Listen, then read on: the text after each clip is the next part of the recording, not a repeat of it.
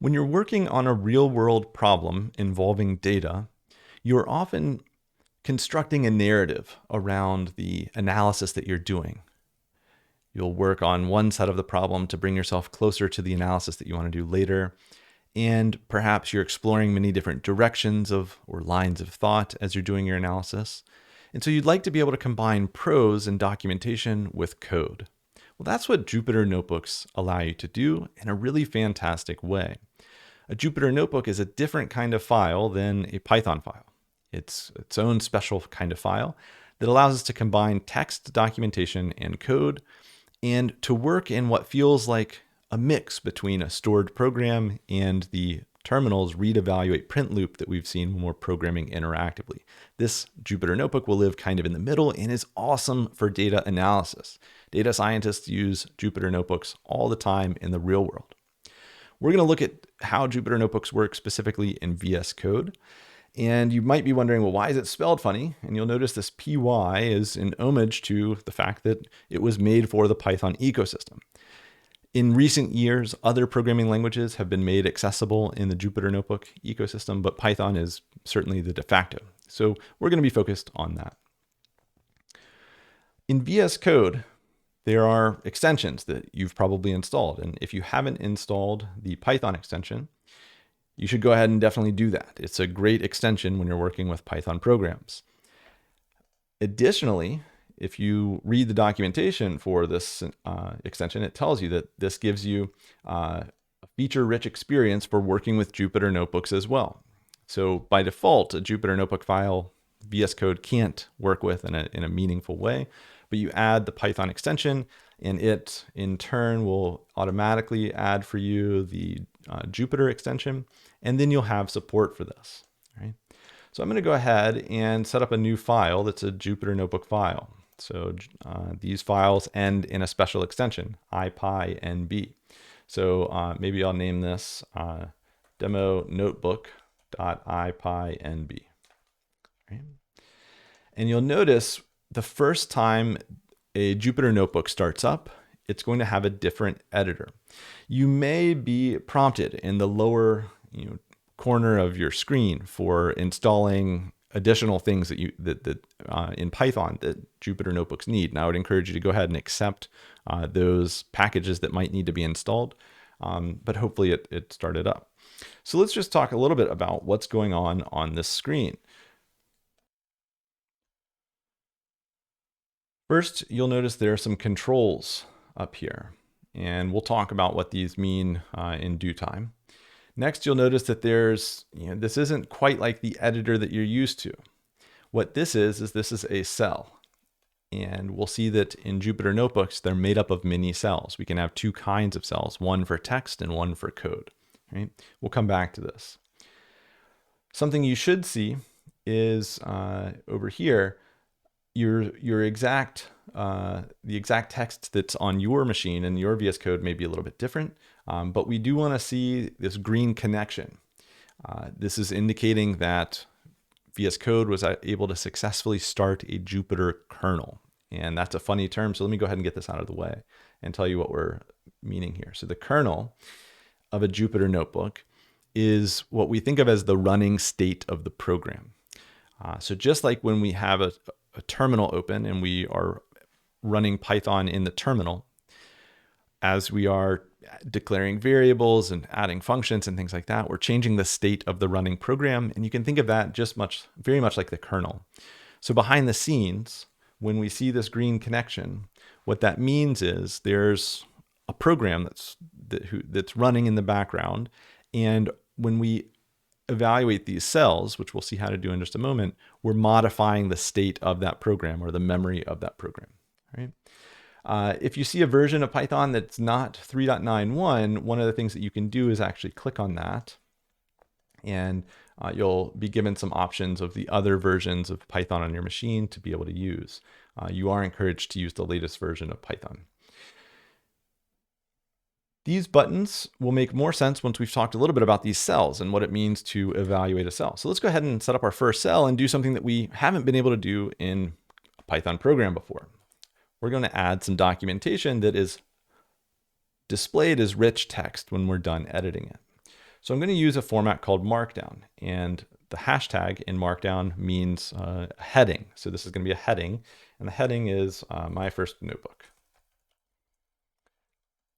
This cell will render as rich formatted text when it is evaluated. In order to do that, in order to make a cell Markdown, click the M down arrow button on the cell header. All right. So you'll notice this little button.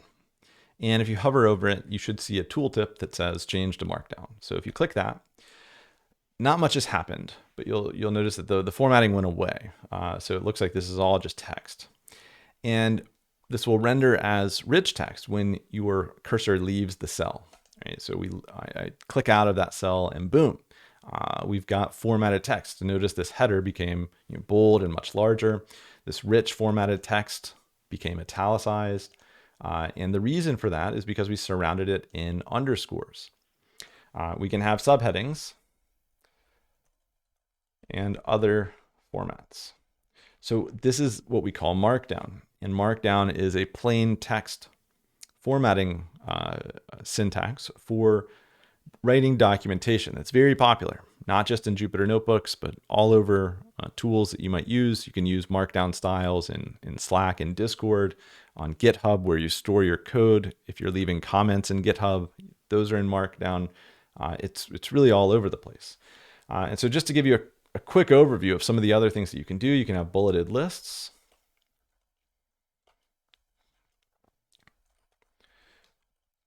You can have bolded text with double asterisks surrounding it. You can have links, so links to web pages by surrounding the text in square brackets and then putting the link in the parentheses. So HTTPS, if we wanted a link to say google.com, we can do that there, right? And when you move away from this cell, you'll notice that, okay, sure enough, that bolded text is bolded. Look, we've got circle dots instead as bullets instead of the asterisk. And if you click a web page link, it'll ask you if you want to open that web page, and we can open Google, right? So if you search for Markdown cheat sheet in Google or your popular search engine, the first link is probably good enough. There's going to be a ton of these, and I don't think any one is better than in another. But just to give you a sense of some of the other things that you can do, if you look at a Markdown cheat sheet, you can see the other kinds of formatted text you can specify using just plain text syntax, right? Great. So we've seen a text file, or a text cell, I should say, sorry, a text cell. Now let's take a look at a code cell. So you'll notice that there's this plus button that says insert cell below. And we can, if you were to hover over this text, we could actually insert another cell below that one or another cell. So you can insert cells in any order you'd like. The order will ultimately be important, as we'll see later on. But we tend to think of these notebooks as wanting to establish sort of a linear train of thought or a linear narrative through working some analysis.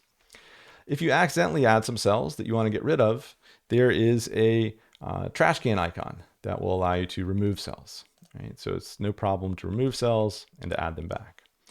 So let's try adding some code here. So maybe I set up a variable such as a name that is Chris, and I print and use an F string, hello, and name.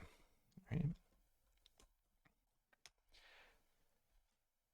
I pressed a certain keyboard just out of a habit, shortcut out of a habit that evaluated this cell. But before we talk about the keyboard shortcuts, how do you evaluate a cell? Well, there's this green play button. And if you click that play button, you'll notice that the number in the margin here will increase by 1, and we see that the output of that cell is shown below it. Right? So just like when you are working in a REPL and you enter some code and run it, what we've done is we've set up a variable whose value is Chris, named name in our program, that would be in the globals space. Right? One of the cool things in this toolbar that you have is this button right here that says, if you leave the tooltip there, it tells you that you can show show what the active variables are in our Jupyter kernel. If you click that button, you'll notice that, sure enough, there's our name variable, and the value is the string Chris. So we can see what variables are currently declared and in existence in our Jupyter kernel, right?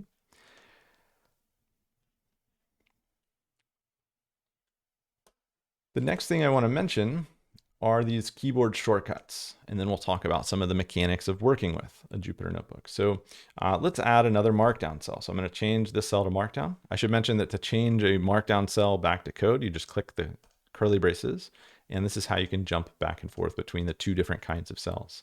So this is a Markdown cell, and let's add a subheading for keyboard shortcuts to know. You can always click the play button to run a cell, but once you become more comfortable working in a Jupyter notebook using keyboard shortcuts, you can move much faster, and it's a much more enjoyable experience. So the first keyboard shortcut to know is, and I'm going to use backticks here. So backtick is the character that's just above your tab button on a United States keyboard, and we're going to say the control button plus enter. Evaluates the current cell. Right? So if I press Control Enter, you'll notice that this cell was rendered as Markdown. You'll also notice though that the cell that we're working in, which is highlighted in this blue margin bar, stayed where it is. If I pressed Enter again, I could go back and edit that cell. So not only does this evaluate the current cell, it keeps the focus in the current cell, right? Control Enter, boom, right? So notice when you go back to a previous cell and you press play that something else happened. Notice that this blue bar went from being in the cell that we were working on, and then it moved down. So there's another way of evaluating a cell, which is to say, evaluate the current cell and then move the focus to the next cell. Okay? So let's go ahead and add that keyboard shortcut here as well. So Shift plus Enter evaluates the current cell and moves focus to the next cell. Right? So if I were to press Shift Enter here, and I would encourage you to do the same, boom, look at that. Now I've got a new cell just below the one I was working on. When you use these depends sort of on the context. A lot of times when you're working on code cells, you'll often want to tweak something, try running it, and convince yourself that it did what you expected it to do. And you'll need to do this multiple times over. So when you're working on some code, I often find that the Control Enter shortcut is handier than the Shift Enter, because I want to keep focus on what I'm doing until I know that it's actually what I expect it to be doing. And then I'll use Shift Enter to go ahead and move to the next cell. Right? So I want to give another example here. So let's say print F. Wow, name, you are doing great. All right. If I press Control Enter, notice that I evaluate this cell, and you can see that the variable name, because it had been assigned in the global state of our kernel, right? There's that program running behind the scenes where our variables live.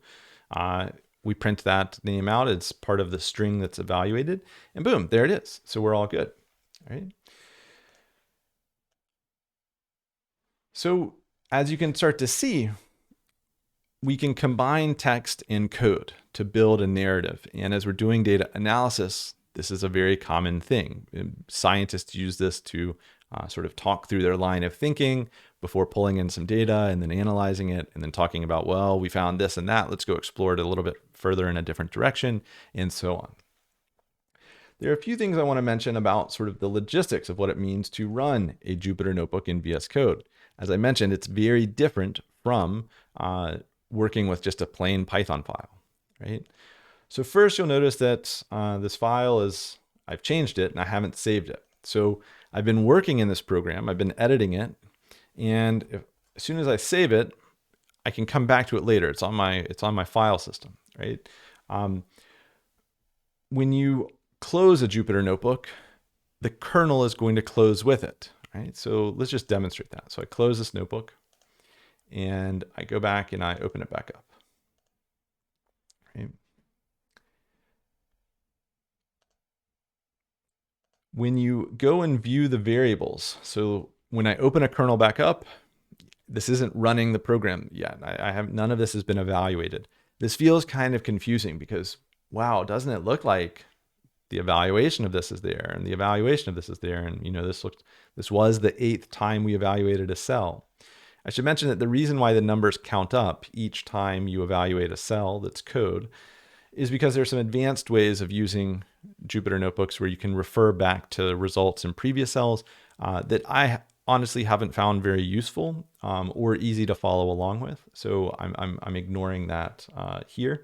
But it is kind of useful for knowing that what you just evaluated actually did run. You can see that go up by 1 each time.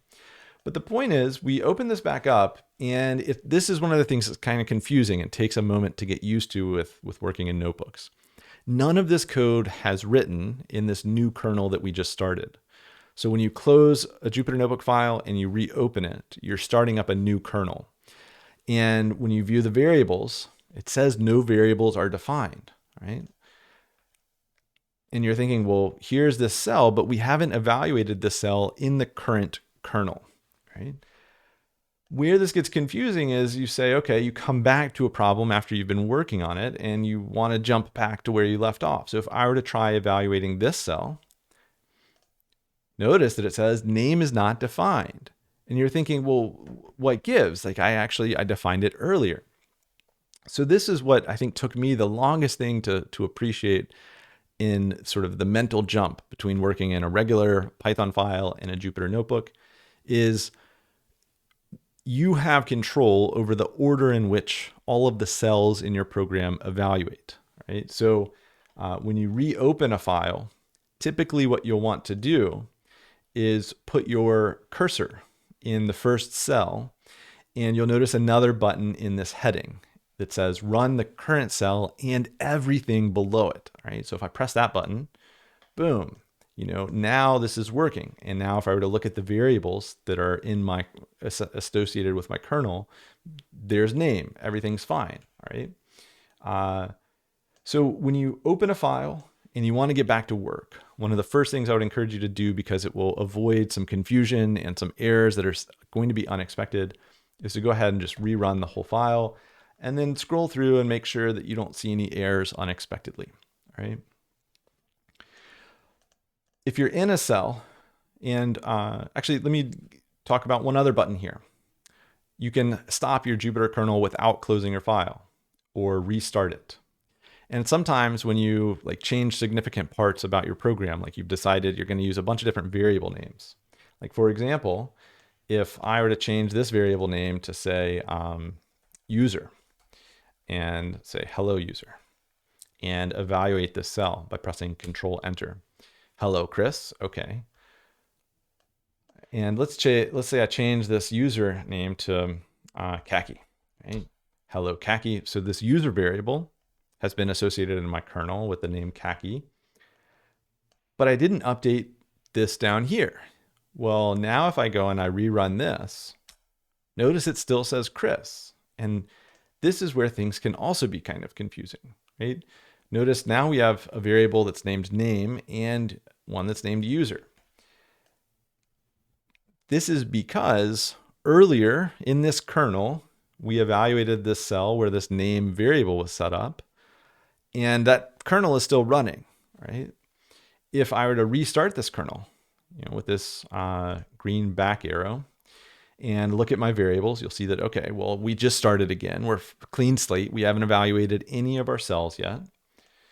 And so, okay, let me do what I said was a good practice. Press this play button with the down arrow, and hello khaki runs. But oh no, now we have an error because the name variable was never actually established. So you do need to be careful about renaming your variables, and if you're doing it in one place, doing it everywhere else. And when you do that, you're encouraged to restart your kernel and rerun the entire thing, right?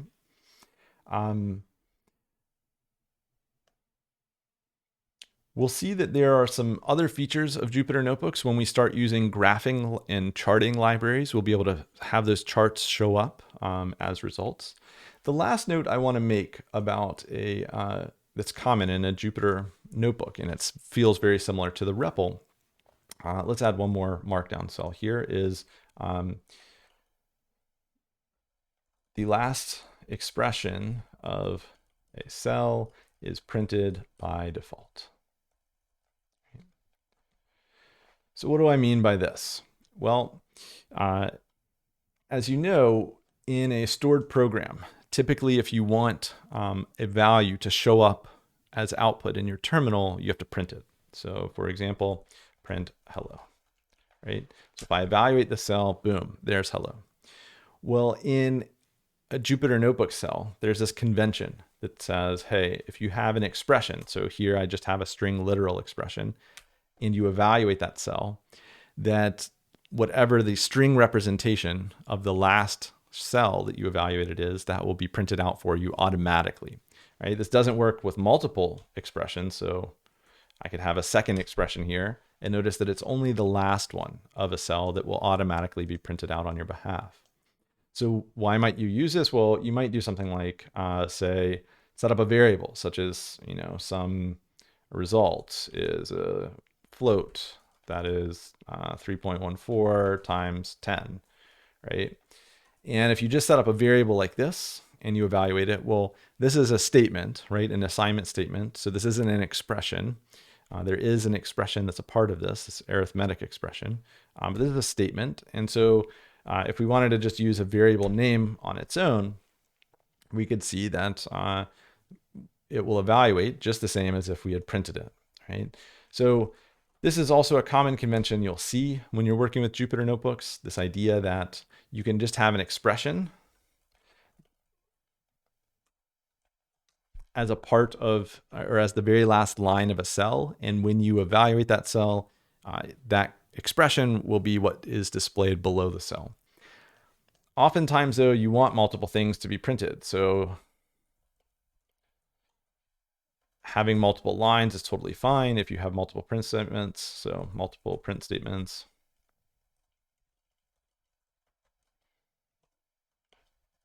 Lead to multiple lines.